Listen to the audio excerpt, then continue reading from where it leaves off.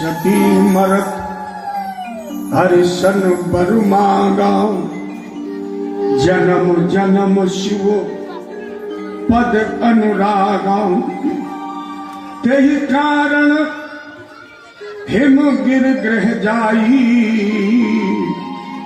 अजनमी पार्वती तन पाई।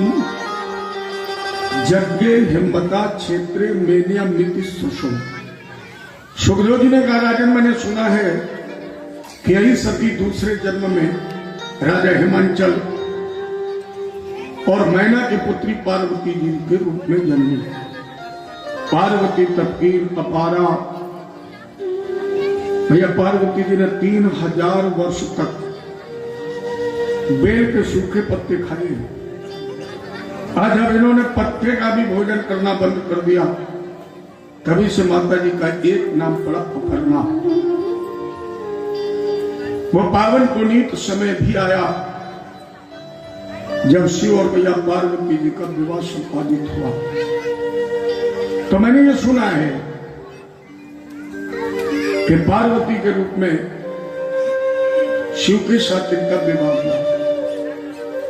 राजन मैंने तुम्हें संकेत दिया था, 3 कन्या देहूति आकूति प्रसूत के साथ 2 पुत्र भी थे। प्रीवतोत्थान पादौ शतरूपा पते सुतौ। 2 पुत्र थे, प्रीव्रत और उत्तान पाद। जाए उत्तान पादस्य सुनीति सुरचि स्तयो। उत्तान पाद ब्रह्मावर्त बिठूर के शासक थे, राजा बने। इनके 2 पत्नियां थी, सुनीति और सुरुचि। सुरुचि प्रेसुर नेतुरा यत सुतो ध्रुवा। सुरुच से जो पुत्र पैदा हुआ इसका नाम रखा गया था उत्तम, और सुनीत से जो पुत्र पैदा हुआ इसका नाम रखा गया था ध्रुव। 2 फूल 7 फूले, किस्मत जुदा जुदा है। माताएं अलग हैं तो क्या हुआ, लेकिन पिता दोनों का एक ही है ना। दोनों बच्चों के शरीर में रक्त का संचार एक ही पिता का है। एक बात यहां और ध्यान देने की है, जब कोई कम उम्र की लड़की अपने से अधिक उम्र के पुरुष को अपना पति बनाती है, तो उसका एकमात्र उद्देश्य होता है कि मेरे पति के द्वारा जो संतान पैदा हो वो सारी संपत्ति का अधिकारी बने। केवल धन की चाहत, और ये सुरुच ने प्रदर्शित भी किया। जब 5 वर्ष का ध्रुव अपनी पिता की गोद में खेल रहा, सुरुच ने कहा इसी तरह अगर खेलता रहा, इसी तरह ये पिता की गोद में बैठता रहा और कहीं उत्तान पाद ने राज सत्ता ध्रुव को दे दी, तो मेरा उद्देश्य निरर्थक हो जाएगा। ये ध्रुव से कार्य ध्रुव बैठन को नृप गोद जो, लिखा होत तो कर्म,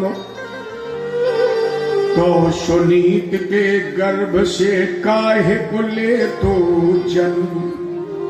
अरे ध्रुव, अगर तेरे भाग्य में पिता की गोद में ही बैठना लिखा होता तो तू अभागिन सुनीत की कोख से जन्म नहीं लेता।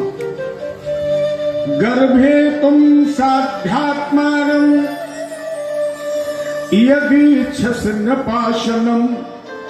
ध्रुव, अगर तुम्हें पिता की गोद चाहिए, अगर तुम्हें राजगद्दी चाहिए, राज का उत्तराधिकारी बनना है, तो अभी कुछ बिगड़ा नहीं है। त्याग दो ये शरीर, और ये शरीर त्याग करके मेरी कोख से जन्म ले लो। अस कही बाह पकड़ ध्रुव केरी, और मंदिर बाहर दीन खदेरी। सूरज ने धक्का मार करके भगा दिया। अब ध्रुव 5 वर्ष की तो उम्र है, बाल्यावस्था। रोते बिलखते जा रहा था अपनी मां की तरफ, और कैसे? मातु शपत्न्यां सदुरक्त विद्धां, और श्वसन रूखा दंडहतो यथाहि हित्वा मिशन्तम पितरम शन्नवाचम जगाम मातो प्रदुनम शकाशम।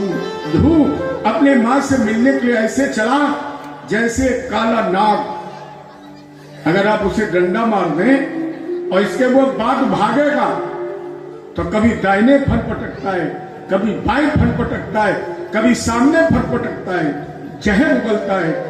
उसी तरह ध्रुव अपमान की आग में गिरता हुआ सारा शरीर धूल दूषित हो गया, काले नाग की तरह फुसकारे मार रहा, लाल लाल आंखें हो गई, गर्म गर्म आंसू बह रहे। सुनीत ने दौड़ करके ध्रुव को गोद में उठाना चाहा। ध्रुव ने कहा, मां गोद में तो बाद में आऊंगा, पहले मुझे बताइए क्या मेरे पिता उत्तानपाद नहीं है? बेटा तुम्हारे पिता उत्तानपाद ही है। ध्रुव ने कहा कि अगर मेरे पिता उत्तानपाद है तो फिर मैं पिता की गोद में बैठने का अधिकारी क्यों नहीं? मां आपने ऐसा कौन सा अपराध किया है कि मेरे पिता ने आपका त्याग कर दिया है? आज मेरी मैया सुरुच ने कहा कि तू अभागिन की कोख से पैदा हुआ है। मां ध्रुव ने अपनी साड़ी के पल्लू से सुनीत ने ध्रुव के आंसू पोछे और कहा, ध्रुव तेरी माँ ने बिल्कुल सत्य ही कहा, सत्यम सुरच्चाम भेवतम भवान में यद दुर्भगाया उदरे गृहीता। तेरी मस्तुरुच ने बिल्कुल ठीक कहा है, ध्रुव मैं अभागिन हूं, मुझ अभागिन को कोख से पैदा हुआ है।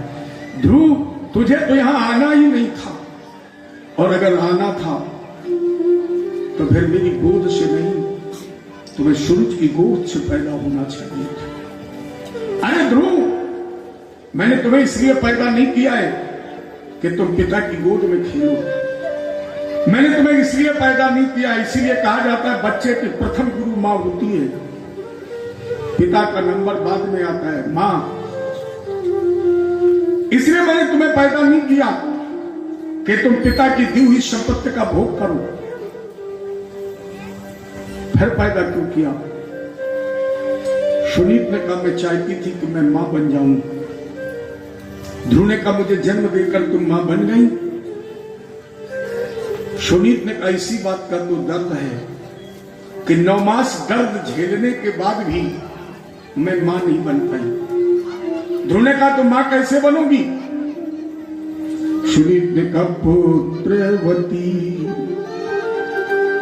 यवती जग सोई और रघुपति भगती जा सुश्रुत होई। पुत्रवती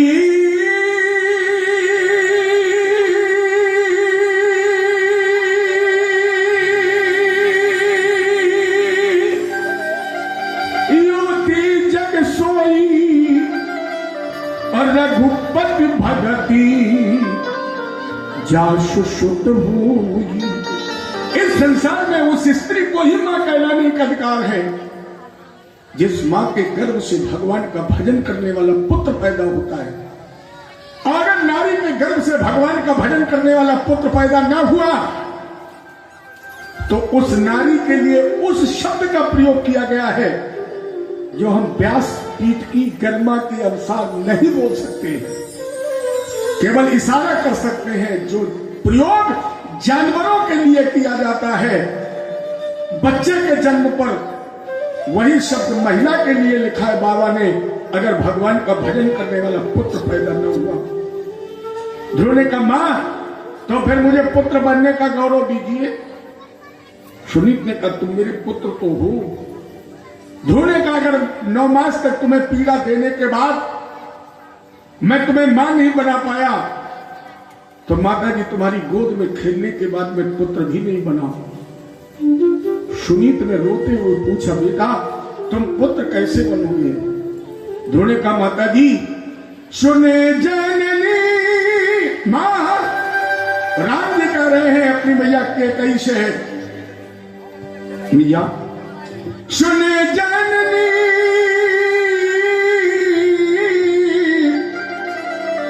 सोई सुत बड़ भागी